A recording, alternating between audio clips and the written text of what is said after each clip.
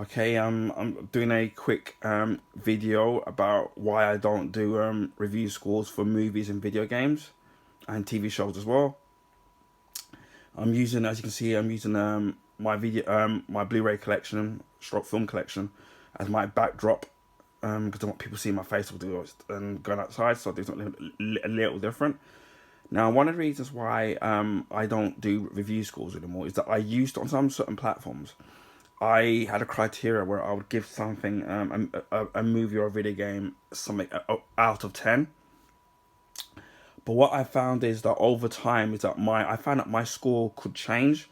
So, for example, you could give a movie a 9 out of 10 or a 9.5 out of 10, and then you could watch it months later or years later, and then your review score. I found that my review score could be different. So sometimes it could go up or it could go down. And an example of this is with the Bond films. So I grew up obviously starting with the Sean Connery, then the brief George Lazenby, and obviously then Roger Moore, and then on to Timothy Dalton. Now, obviously, all those from the Sean Connery to the Timothy Dalton, the movies that were in terms of the way they were made were very different. Sort of more jokey. They were like not serious, or especially with the Roger Moore one, they were more kind of comedic. And then obviously Timothy Dalton only did two, so he did The Living Daylights and License to Kill being his last one. And I think License to Kill at the time was a 15. And when I first saw it, because I think I'm in '89, I couldn't get my head around the movie because the movie was a lot more serious, a lot more violent, and obviously coming from the back of the Roger Moore jokey movies, for example, where they weren't so serious and tongue in cheek. I never actually kind of liked it.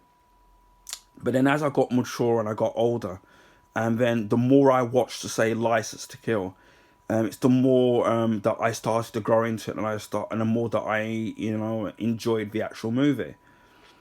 And now, like coming to 2023 now, License to Kill is one of my, it's up there with being one of my favorite Bond films now. And especially with the Daniel Craig movies, like starting with Casino Royale, where that was a lot darker and a lot more brutal in the sense of his portrayal of Bond. Going back and watching License to Kill, for example, I started to see how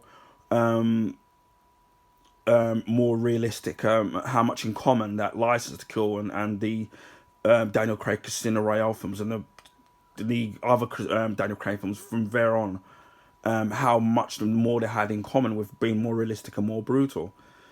So that's why I don't do review scores on video games and with video games as well, TV shows and movies, because they always constantly change. And even say like some movies, I've seen some critics give a movie like a 7 out of 10, and because obviously 7 out of 10, people see it and think, oh, 7 out of 10 is a bad movie, which it actually isn't. Even a 6.9 technically isn't a bad movie. Or some people give say 5 stars. They'll rate the movies from 1 star to 5 star, and even a 4 star out of 5 is still a good movie. Even a 3 out of 5 is still a good score. But I found that when people sit there and see these kind of score systems, I think it puts people off. So what I tend to do with video games, movies, and TV shows is that I'll put the pros of what I like about the movie, and I'll put the cons of what I like about a movie, and hopefully the pros are outweigh the cons. So that's why, for example, on my YouTube channel, you don't see me do review scores anymore, because I said before, on certain things, because as I said, it's always constantly going to change over time, for the worse, for the better, for the worst.